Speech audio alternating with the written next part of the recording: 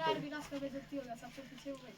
दोस्तों, welcome back to my YouTube channel maths plaza. तो दोस्तों, आज मैं इस वीडियो में Bihar board class 9 Hindi chapter 2 जिसका नाम है भारत का पुरातन विद्यापीठ नालंदा, और इस पाठ के लेखक हैं डॉक्टर राजेंद्र प्रसाद। ठीक है, ये वही राजेंद्र प्रसाद है जो कि हमारे भारत के सबसे पहले राष्ट्रपति थे। ठीक है, पूछेगा भारत के सबसे पहले राष्ट्रपति कौन थे? डॉक्टर राजेंद्र प्रसाद। ठीक, उसके बाद ये जो है चैप्टर भारत का पुरातन विद्यापीठ नालंदा। ठीक ना, ये पाठ क्या है? कविता, कहानी, एकांकी, निबंध क्या है? तो ये पाठ निबंध है। ठीक है, ये पाठ क्या है? निबंध है। आप पहले लेखक का परिचय देखते हैं, फिर ये निबंध को समझेंगे।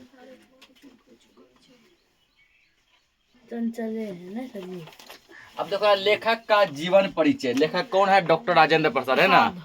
इसका क्या हम लोग पहले जीवनी समझेंगे, जीवन परिचय समझेंगे, फिर इसके द्वारा जो निबंध लिखा गया इस निबंध को भी हम लोग समझेंगे।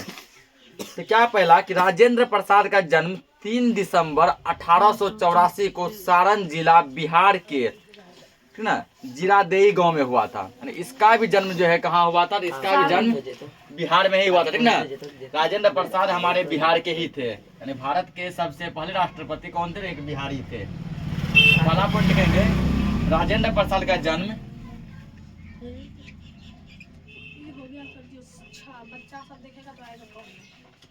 राजेंद्र प्रसाद का जन्म राजेंद्र प्रसाद का जन्म कब हुआ था? 3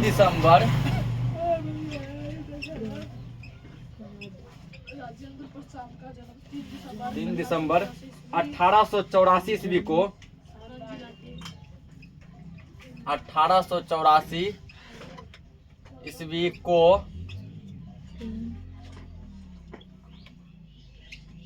सारण जिला किस राज्य में है? बिहार में है। ठीक ना, किस राज्य में है? बिहार में। तो ब्रैकेट में तो बिहार। सारण जिला के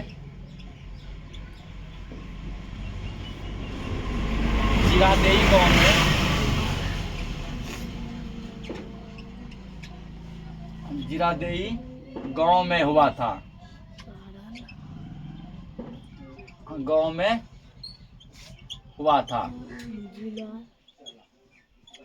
देखो अब राजेंद्र प्रसाद का जन्म कब हुआ था? कब पूछेगा? कब यदि पूछेगा 3 दिसंबर 1884 को। कब हुआ था? 3 दिसंबर 1884 ईस्वी का ऑब्जेक्टिव बनेगा। कहाँ हुआ था? ठीक ना, तो सारण जिला के जीरादेई गांव में। अगर पूछेगा किस राज्य में हुआ था? बिहार राज्य में। किस राज्य में हुआ था? बिहार राज्य में। बिहार राज्य के किस जिला में? सारण जिले में। ठीक ना, किस जिला में? सारण जिले में। और सारण जिले में गांव है जीरादेई। ठीक ना, सारण जिले में गांव है जीरादेई। उसी जीरादेई गांव में राजेंद्र प्रसाद जी का जन्म हुआ था। उनके पिता महादेव सहाय फारसी एवं संस्कृत के अच्छे जानकार थे। ठीक ना, इनके पिताजी का क्या नाम था? महादेव सहाय। क्या नाम था? महादेव सहाय। इसके यहाँ लिखेंगे आगे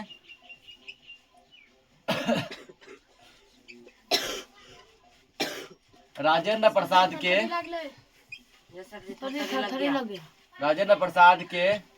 शांत हो जाएगा, हो गया ना। राजेंद्र प्रसाद के पिताजी का नाम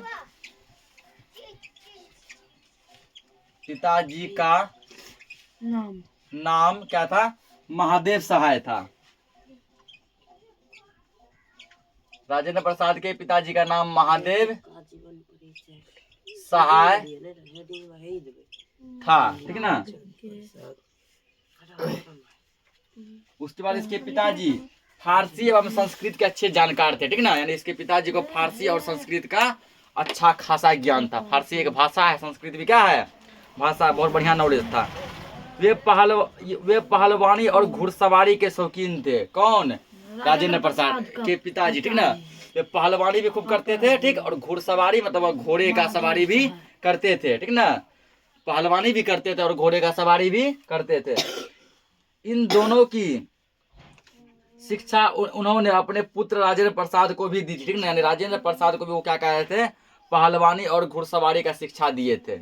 इसका मतलब राजेंद्र प्रसाद जी को भी पहलवानी और घुड़सवारी का क्या था? शिक्षा था, नॉलेज था। 3 नंबर।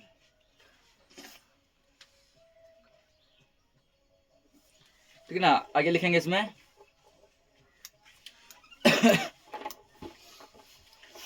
पिताजी का नाम जान लिया, क्या है? महादेव सहाय। इनके पिताजी, इनके मतलब किनके? राजेंद्र प्रसाद के पिताजी, ठीक ना।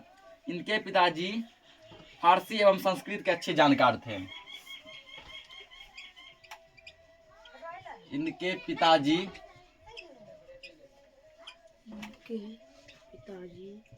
पूछ सकता है कि राजेंद्र प्रसाद के पिताजी को किस विषय का ज्ञान था?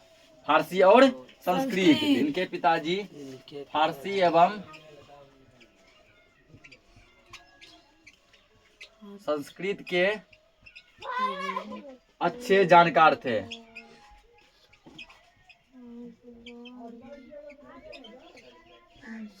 अच्छे जानकार थे।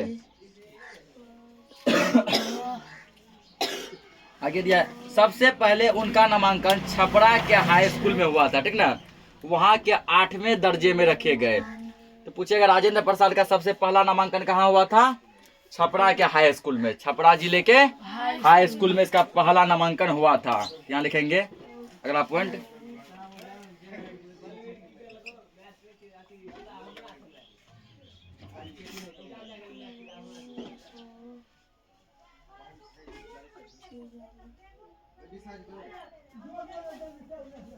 सबसे पहले छपरा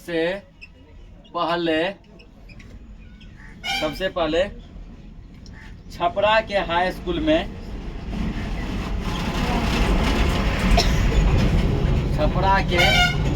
हाई स्कूल में सबसे पहले छपरा के हाई स्कूल में हल्ला मत करो, राजेंद्र प्रसाद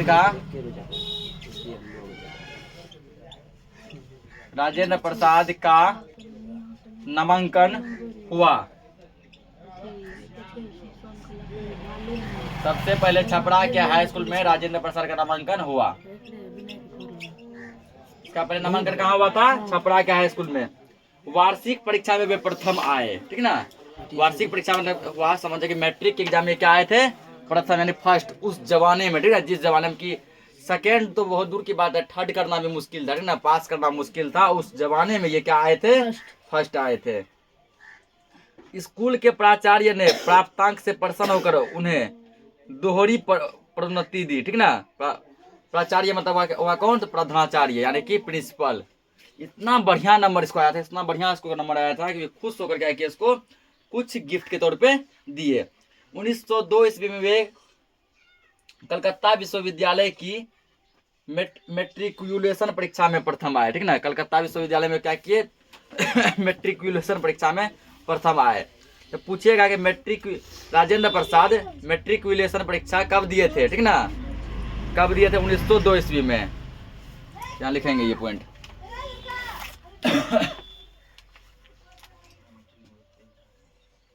मैट्रिकुलेशन मतलब मान लो मैट्रिक ही।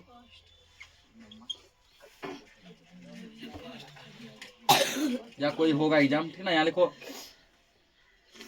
राजेंद्र प्रसाद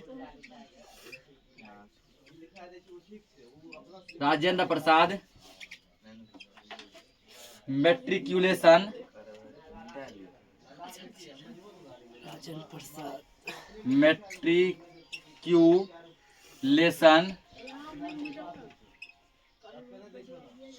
राजेंद्र प्रसाद मैट्रिकुलेशन परीक्षा 1902 ईस्वी में दिए थे।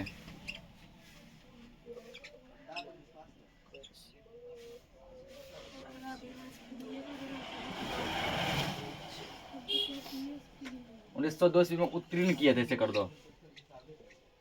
उत्तीर्ण किए थे, उत्तीर्ण यानी कि पास किए थे, ठीक ना। और पास में भी क्या किए थे? फर्स्ट किए थे। उसके बाद, ठीक ना, उसके बाद IA BA और BL प्रेसिडेंसी कॉलेज से किया, ठीक ना। उसको IA BA, IA मतलब हुआ कि इंटर ऑफ आर्ट्स यानी इंटर। फिर BA यानी बैचलर ऑफ आर्ट्स। ये दोनों कहाँ से किए थे? और BL, ठीक ना। और BL ये सब ये कहाँ से किए थे? प्रेसिडेंसी कॉलेज से किए थे, ठीक ना। पूछेगा AE BA और BL की पढ़ाई राजेंद्र प्रसाद कहाँ से किए थे, किस कॉलेज से किए थे? तो प्रेसिडेंसी कॉलेज से किए थे। 1911 ईस्वी में वे कलकत्ता में वकील दल में शामिल हुए, ठीक ना। तो पूछा जा सकता है कि राजेंद्र प्रसाद वकील दल में कब शामिल हुए? 1911 ईस्वी में। कब शामिल हुए? 1911 ईस्वी में। तो ये लिख लो यहाँ पे।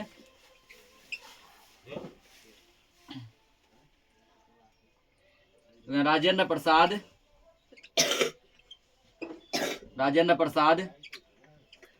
1911 ईस्वी में कलकत्ता में, अभी कलकत्ता ही नाम था, अब इसका नाम है कोलकाता। कलकत्ता में वकील दल में शामिल हुए। वकील दल में शामिल हुए कलकत्ता में। 1916 ईस्वी में जब पटना में एक अलग न्यायालय स्थापित हुआ, ठीक ना। न्यायालय का मतलब कोर्ट, न्यायालय मतलब कोर्ट। जब 1916 में पटना में एक कोर्ट बना, न्यायालय बना, तब वे वकालत करने के लिए पटना चले गए, ठीक ना। पूछेगा कि राजेंद्र प्रसाद वकालत करने के लिए पटना कब गए थे? 1916 ईस्वी में। या फिर पूछेगा कि राजेंद्र प्रसाद वकालत करने के लिए कहाँ गए थे? पटना गए थे। राजेंद्र प्रसाद का राजनीतिक जीवन उत्कृष्ट रहा। वे संविधान सभा के प्रथम अस्थायी अध्यक्ष हुए, ठीक ना। तो कई बार पूछा गया है कि संविधान सभा के प्रथम अस्थायी अध्यक्ष कौन थे? राजेंद्र प्रसाद, ठीक ना। यहाँ लिखेंगे ये कि राजेंद्र प्रसाद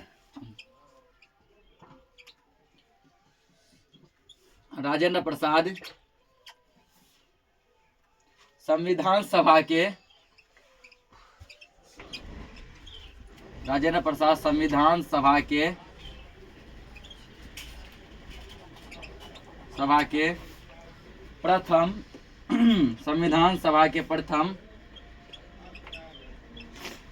प्रथम अस्थायी अध्यक्ष थे।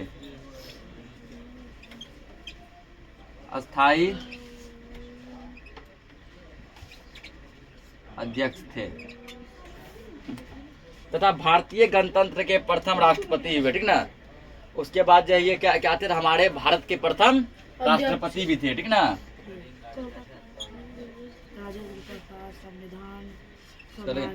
Rajendra Prasad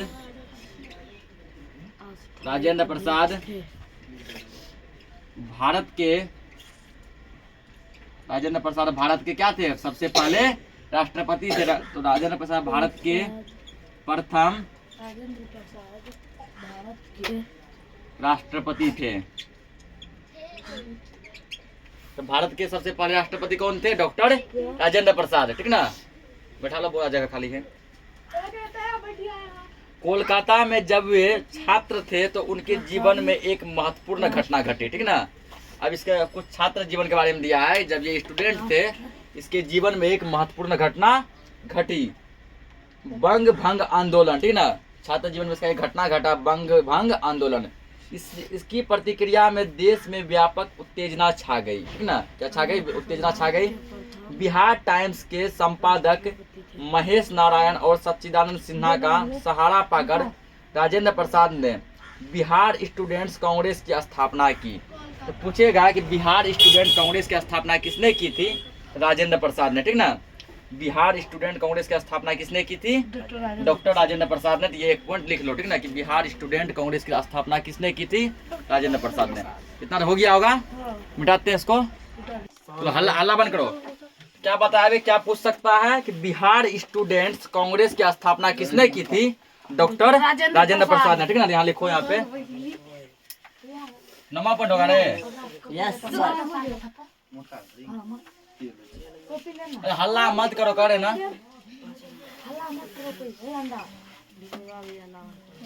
Bihar students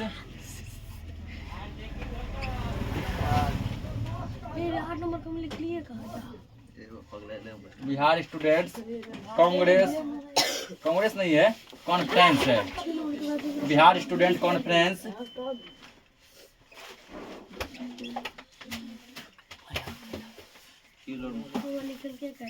Bihar student conference की स्थापना किसने की थी? डॉक्टर राजेंद्र प्रसाद ने। बिहार स्टूडेंट्स कॉन्फ्रेंस की स्थापना राजेंद्र प्रसाद ने की थी। राजेंद्र प्रसाद ने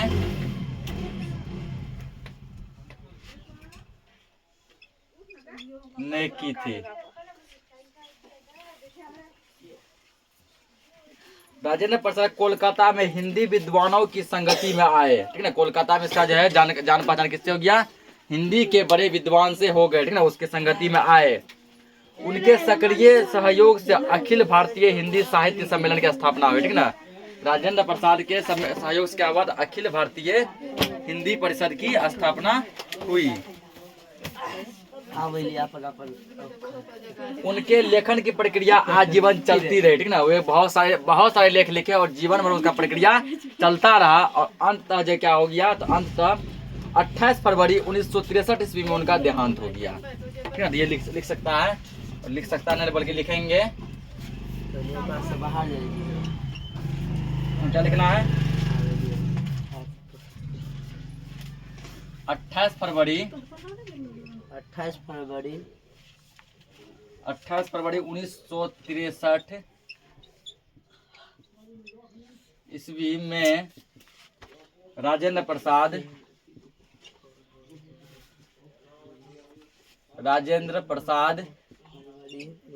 का निधन हो गया। पूछेगा राजेंद्र प्रसाद की मृत्यु कब हुई? 28 फरवरी 1963 ईस्वी में निधन हो गया। प्रस्तुत पाठ भारत का पुरातन विद्यापीठ नालंदा हमारे इतिहास की एक गौरवपूर्ण गाथा को समेटे हुए, ठीक ना। हम लोग नालंदा के बारे में बहुत कुछ सुने, नालंदा विश्वविद्यालय, ठीक है ना, नालंदा यूनिवर्सिटी सुने हैं ना। उसी के बारे में इसमें दिया गया है, नालंदा के बारे में दिया गया है।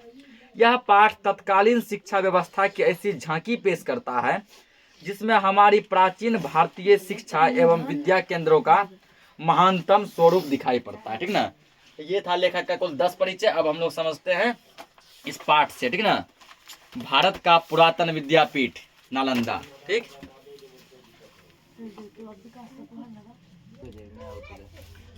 तो अब पाठ में से, ठीक ना, इसमें जानना है पाठ में से, ठीक। मतलब कि कौन पाठ? ये जो पाठ है भारत का पुरातन विद्यापीठ नालंदा, ठीक ना। पर इस पाठ का नाम लिखेंगे मतलब आपका जो चैप्टर जो दिया गया, ठीक ना, चैप्टर या पाठ भारत का पुरातन विद्यापीठ, भारत का पुरातन विद्यापीठ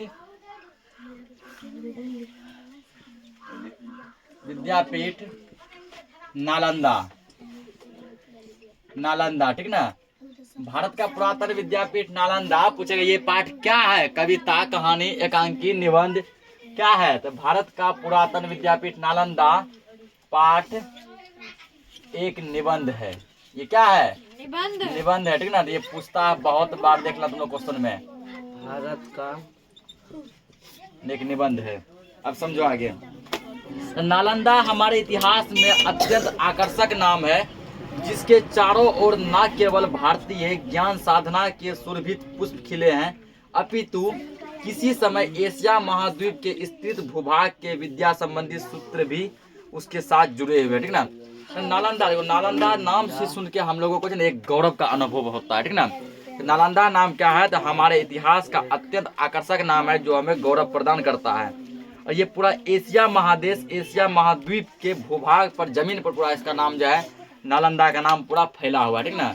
पूरे एशिया महादेश में ऐसा कोई देश नहीं है जो कि हमारे नालंदा का नाम नहीं जानता। नालंदा कहाँ है? नालंदा बिहार में है। कहाँ है? बिहार का एक जिला है नालंदा, ठीक ना। ज्ञान के क्षेत्र में देश और जातियों के भेद लुप्त हो जाते हैं। जब ज्ञान की बात हो तो वहाँ नहीं देखा जाता है कि कौन आदमी किस देश का है, ठीक ना, और कौन आदमी किस जाति का है, ये नहीं देखा जाता है।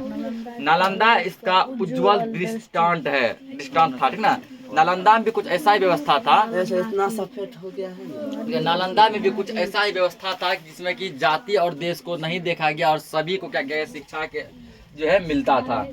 लगभग 600 वर्षों तक नालंदा एशिया का चैतन्य केंद्र बना रहा, ठीक ना।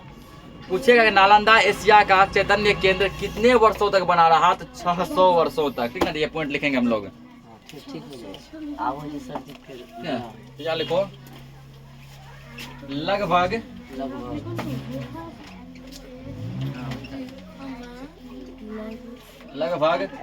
600 वर्षों तक 600 वर्षों तक नालंदा एशिया का, एशिया क्या, एशिया महादेश, ठीक ना, या महाद्वीप, महाद्वीप भी कहते हैं। नालंदा एशिया का चैतन्य, अल्लाह था कम करो, चैतन्य केंद्र, चैतन्य केंद्र बना रहा, ठीक ना। पूछेगा कि नालंदा एशिया का चैतन्य केंद्र कितने वर्षों तक बना रहा, लगभग 600 वर्षों तक। मगध की प्राचीन राजधानी वैभार 5 पर्वतों के मध्य में बसी हुई गिरिब्रज या राजगृह नामक स्थान में थी, ठीक ना। तो मगध की प्राचीन राजधानी क्या है, वैभार। मगध की प्राचीन राजधानी क्या है, वैभार, जो 5 पर्वतों के मध्य में बसी हुई गिरिब्राज या राजगृह नामक स्थान में थी। वर्तमान नालंदा उसी राजगृह के तप्त कुंडों से 7 मील उत्तर की ओर है। अभी का जो नालंदा है वो क्या है, वहीं से 7 मील दूरी पर है। नालंदा का प्राचीन इतिहास भगवान बुद्ध और भगवान महावीर के समय तक जाता है, ठीक ना। तो नालंदा का प्राचीन इतिहास कहा जाता है, भगवान बुद्ध और भगवान महावीर के समय तक जाता है। ये पॉइंट लिखेंगे हम लोग। नालंदा का प्राचीन इतिहास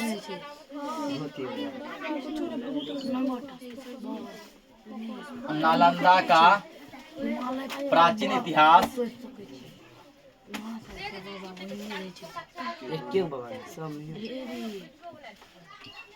प्राचीन इतिहास भगवान बुद्ध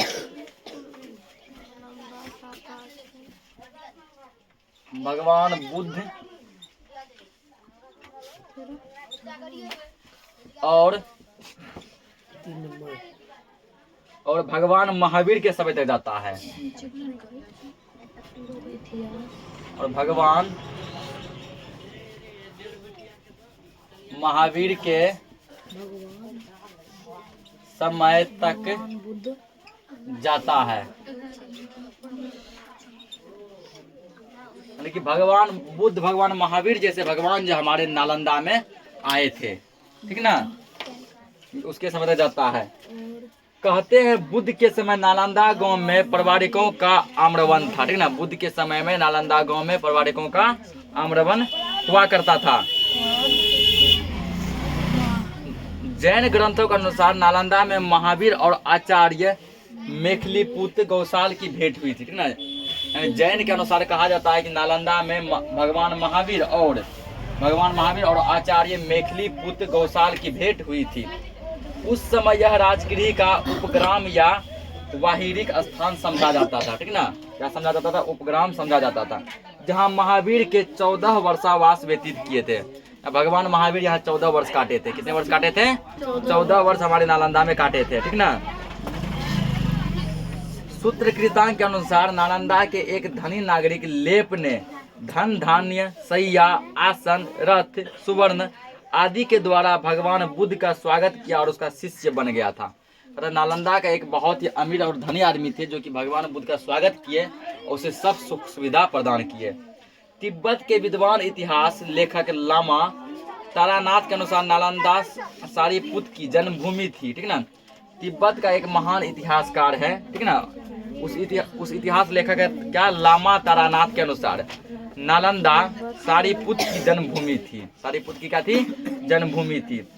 उनका चैत्य अशोक के समय में भी वहां था, राजा अशोक के समय में भी वहां था। राजा अशोक ने एक मंदिर बनवाकर उसे परिवर्धित किया था। राजा अशोक क्या किए थे? एक मंदिर बनवाकर उसे परिवर्धित किए।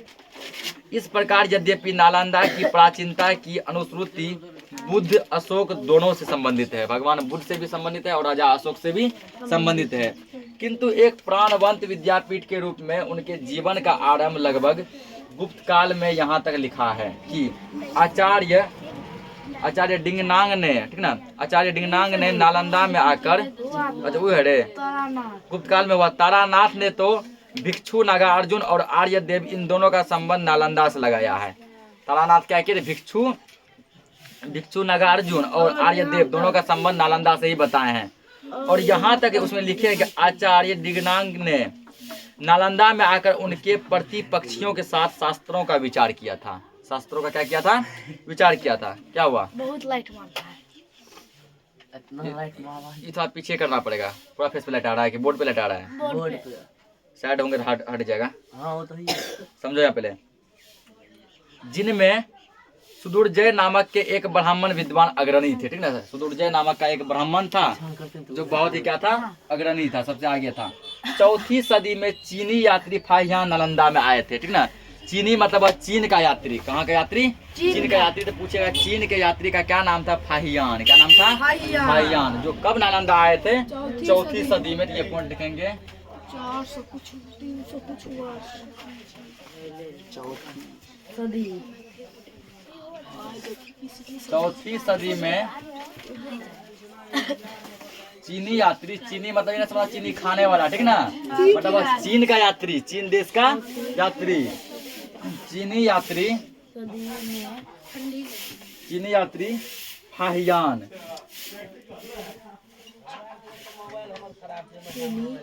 चीनी यात्री फाहियान नालंदा में आए थे।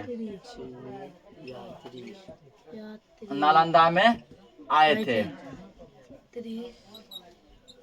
चीन का यात्री फाहियान हमारे नालंदा में आए थे, ठीक ना।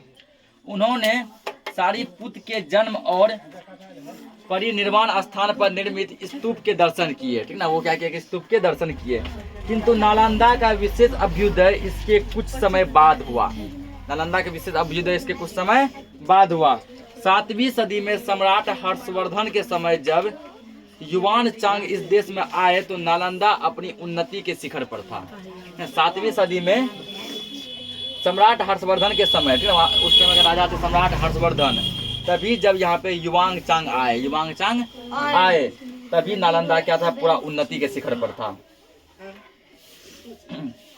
युवान चांग ने एक जातक की कहानी का हवाला देते हुए लिखा है कि नालंदा का यह नाम इसलिए पड़ा था कि यहाँ अपने पूर्व जन्म में उत्पन्न भगवान बुद्ध को तृप्ति नहीं होती थी। तृप्ति नहीं होती का मतलब था न अलदा, तो सब मिला के बन गया नालंदा। सच तो यह है कि ज्ञान के क्षेत्र में जो दान किया जाता है वह सीमा रहित और अनंत होता है। ना उसके बांटने वालों की तृप्ति होती है, ना उसे लेने वालों की। कहता ज्ञान इतना यथार्थ है, ज्ञान इतना यथार्थ है, किसी को जितना दिया जाए ना तब भी लगता है हम उसको बहुत कम ज्ञान दिए हैं। कोई व्यक्ति जितना ज्ञान लेता है ना तब भी उसको लगता है कि हम बहुत कम ज्ञान लिए हैं।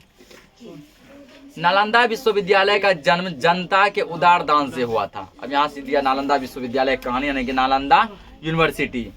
कहा जाता है कि इनका आरंभ 500 व्यापारियों के दान से हुआ था, ठीक ना। नालंदा विश्वविद्यालय जो है कितने व्यापारियों के दान से बना था?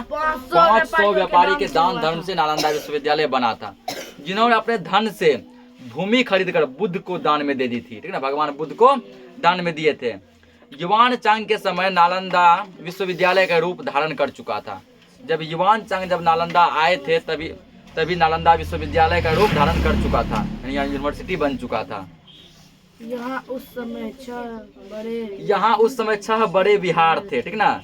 8वीं सदी के यशोवर्मन के शिलालेख में नालंदा का बड़ा भव्य वर्णन किया गया है, ठीक। पूछेगा कि किसके समय में, ठीक ना, नालंदा विश्वविद्यालय का रूप धारण कर चुका था? युवान चांग के समय। ये लिख लो, युवान चांग के समय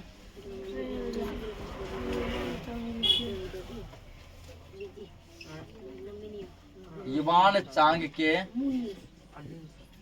समय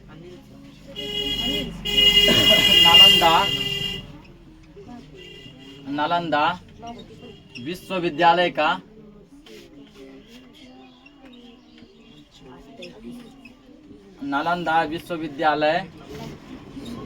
का रूप धारण कर चुका था।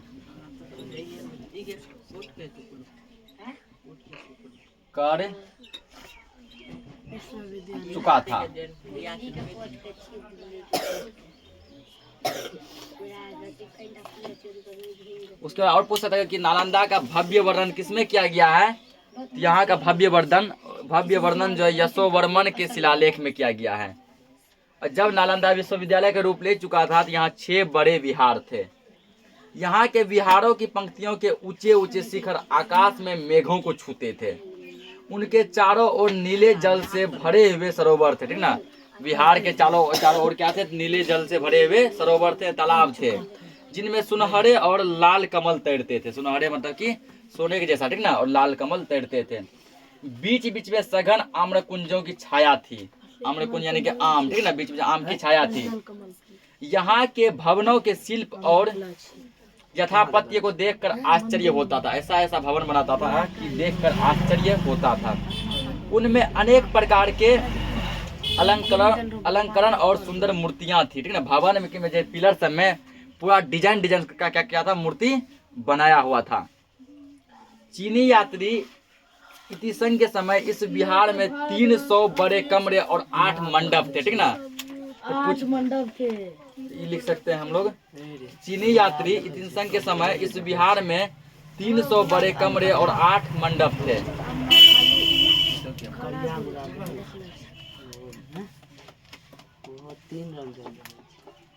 ठीक ना, मंडप थे। आगे देखो, पुरातत्व विभाग की खुदाई में नालंदा विश्वविद्यालय के जो अवशेष यहाँ प्राप्त हुए हैं उनमें इन वर्णनों की सच्चाई प्रकट होती है। जब पूरा खुदाई किया गया, जब खोज किया गया, नालंदा का कुछ अवशेष जो मिला है वर्तमान समय में, उससे भी ये सब चीजों का पता चलता है।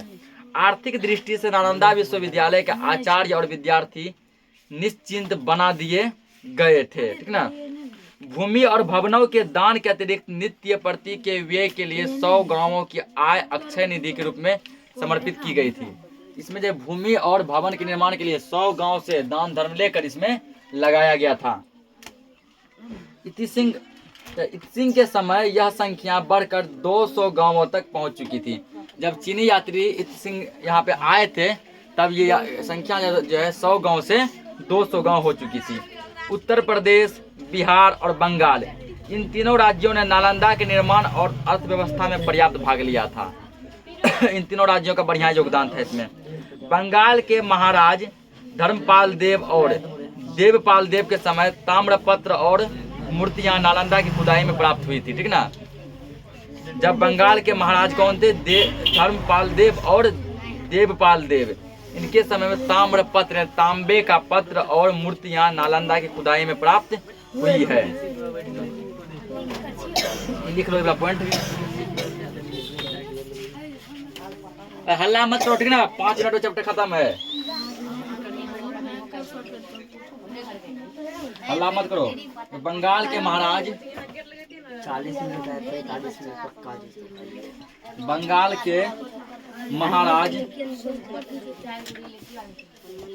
बंगाल के महाराज धर्मपाल देव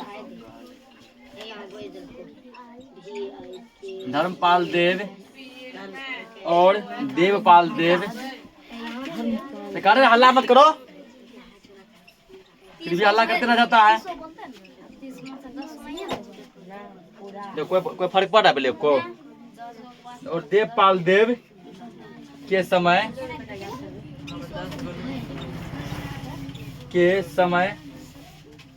देवपाल देव के समय के क्या बंगाल के महाराज धर्मपाल देव और देवपाल देव के समय के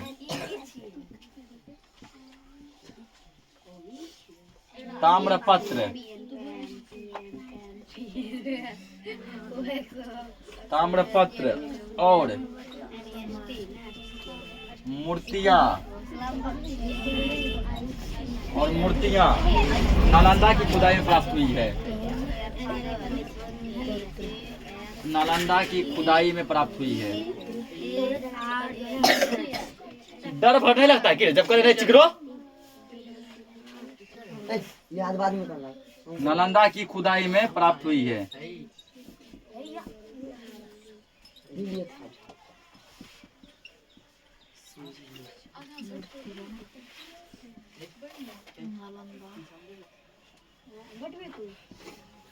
आगे देखो, विदेशों के साथ नालंदा विश्वविद्यालय का जो संबंध था उसका स्मारक एक ताम्र पत्र नालंदा की खुदाई में मिला, ठीक है ना। कैसे विदेशों से हमारा संपर्क था उसका जो है वैसी ताम्र पत्र में पता चलता है। इससे ज्ञात होता है कि सुवर्ण द्वीप का मतलब होता है सुमात्रा के शासक शैलेंद्र सम्राट जी, ठीक है, शैलेंद्र सम्राट श्री बालपुत्र देव ने मगध के सम्राट देवपाल देव के पास अपना दूत भेजकर मिस्टेक हो गया। बंगाल के महाराजा धर्मपाल देव और देवपाल देव के समय ताम्रपत्र और मूर्तियां नालंदा की खुदाई में प्राप्त हुई। अब ठीक है ना। दूत भेजकर यह प्रार्थना की कि उनकी ओर से 5 गांवों का दान नालंदा विश्वविद्यालय को दिया जाए, ठीक है ना। वो क्या किया गया, तो वो सम्राट जो है प्रार्थना की अपना दूत भेजकर कि 5 गांव का दान नालंदा को दिया जाए। ताम्रपत्र के अनुसार नालंदा के गुणों से आकृष्ट होकर यवद्वीप के सम्राट बालपुत्र ने भगवान बुद्ध के प्रति भक्ति प्रदर्शित करते हुए, अल्लाह मत करो सबको पीट देंगे पकड़ के, भक्ति प्रदर्शित करते हुए नालंदा में एक बड़े विहार का निर्माण करवाया। नालंदा में एक बड़े विहार का निर्माण करवाया, ठीक ना। उन 5 नव गांवों की आय, प्रज्ञा, पारमिता आदि का पूजन, चातुर्दिश अर्थात अंतर्राष्ट्रीय आय, भिक्षु संघ के चीवर, भोजन, चिकित्सा, शयनासन आदि का व्यय, धार्मिक ग्रंथों की प्रतिलिपि एवं विहार की टूट फूट की मरम्मत आदि के लिए खर्च की जाती थी। उन 5 गांवों से जो पैसे आते थे वो जो भवन की टूट फूट, विहार की टूट फूट, उसमें खर्च किए जाते थे। यह तो संयोग से बचा हुआ एक उदाहरण है जो विदेशों में फैली हुई है।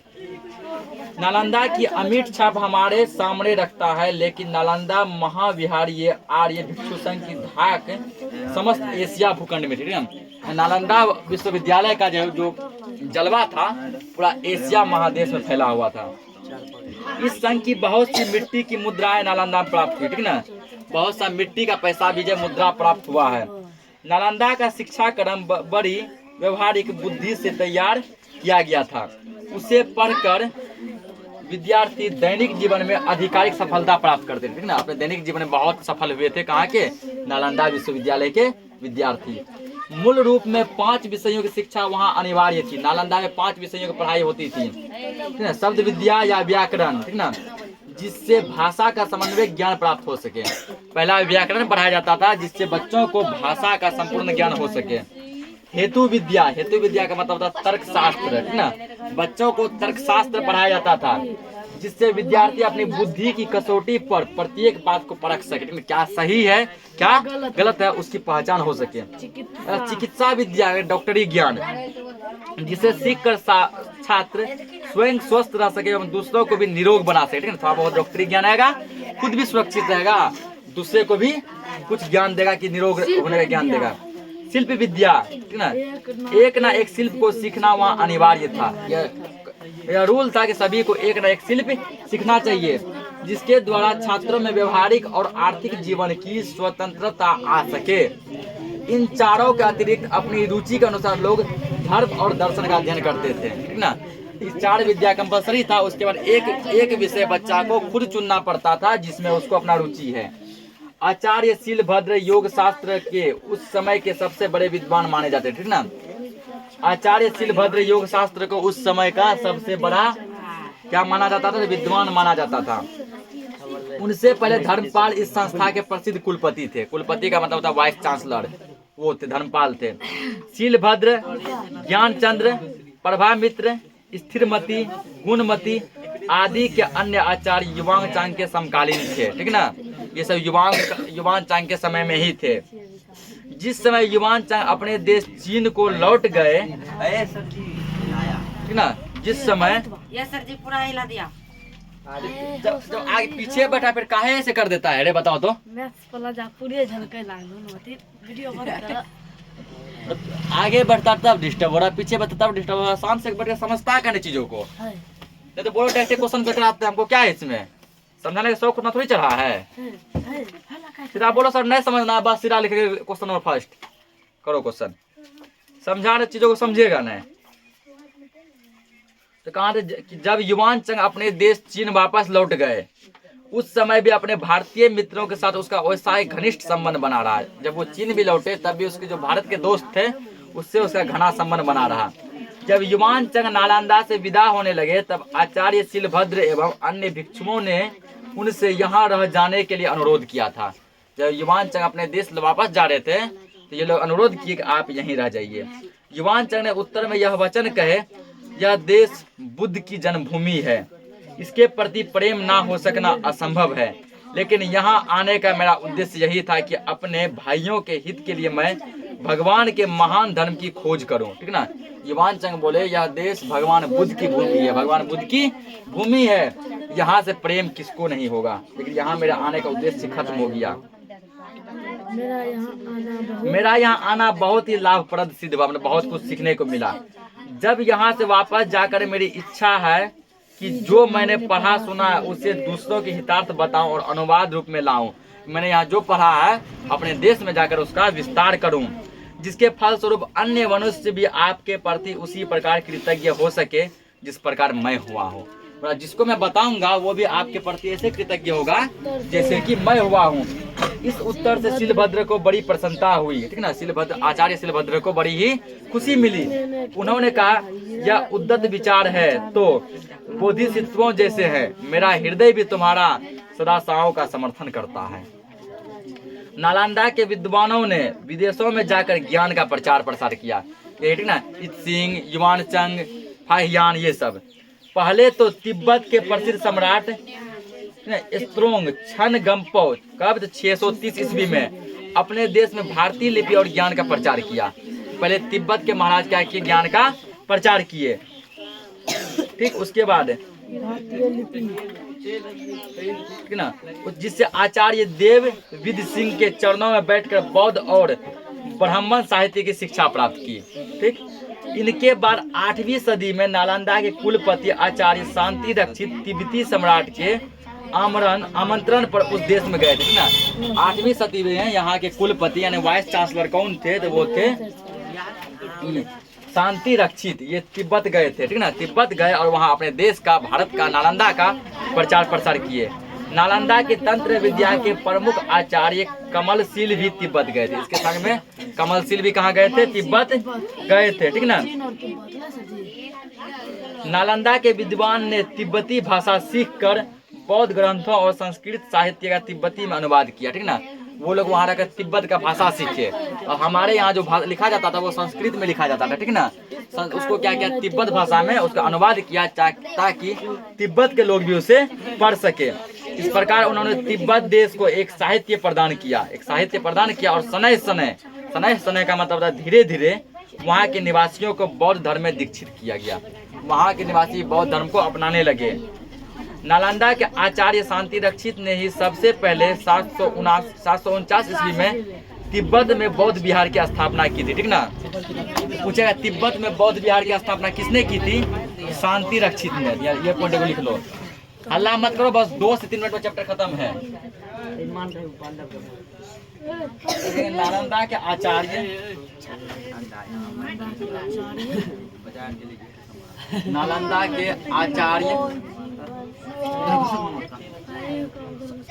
हम 100 बार रिपीट कर रहे हैं, हल्ला मत करो। ठीक ना, तो हम हौक देंगे, कह रहे हैं जैसे चैप्टर खत्म होगा सबको हौक देंगे। तो बातों को समझो, दांत निकालना बंद हो जाएगा अभी। नालंदा के आचार्य शांति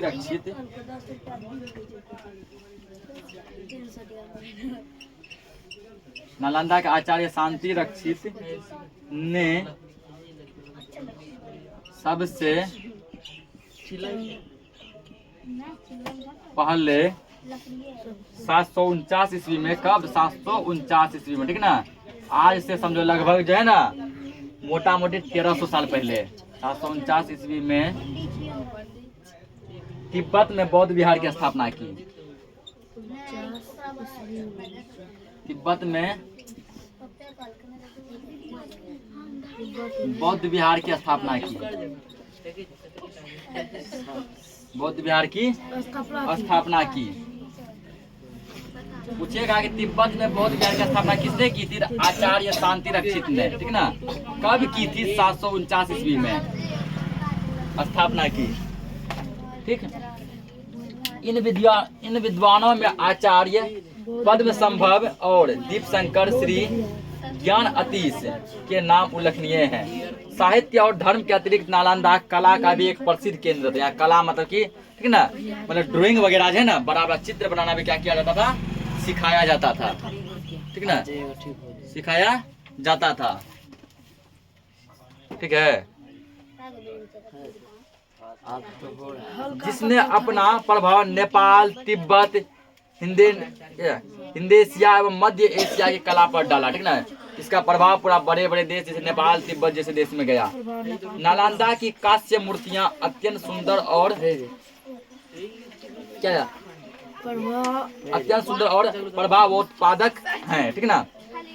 विद्वानों का अनुमान है कि कुर्कीहार से प्राप्त हुई बौद्ध मूर्तियां नालंदा शैली से प्रभावित है। विद्वानों का ऐसा मानना है कि ये नालंदा शैली से ही प्रभावित है। वस्तुतः नालंदा की सर्वांगीण उन्नति उस समन्वित साधना का फल था जो शिल्प विद्या और शब्द विद्या एवं धर्म और दर्शन के साथ पाठ्यक्रम में सम्मिलित करने से संभव हुई। हमारी अभिलाषा होनी चाहिए कि भूतकाल से इस प्रबंध से शिक्षा लें और कला, शिल्प, साहित्य, धर्म, दर्शन और ज्ञान का एक बड़ा केंद्र नालंदा में हम पुनः स्थापित करें, ठीक ना। जो सब चीज नालंदा में मतलब डूब गया है, हमारा यह कर्तव्य है कि हम उसको फिर से नालंदा में लौटाएं, नालंदा में फिर से उसको स्थापित करें, ठीक है ना। इसी के साथ यह चैप्टर हो गया। जय हिंद, जय भारत। मिलते हैं हम लोग नेक्स्ट में, तब तक के लिए जय हिंद, जय भारत।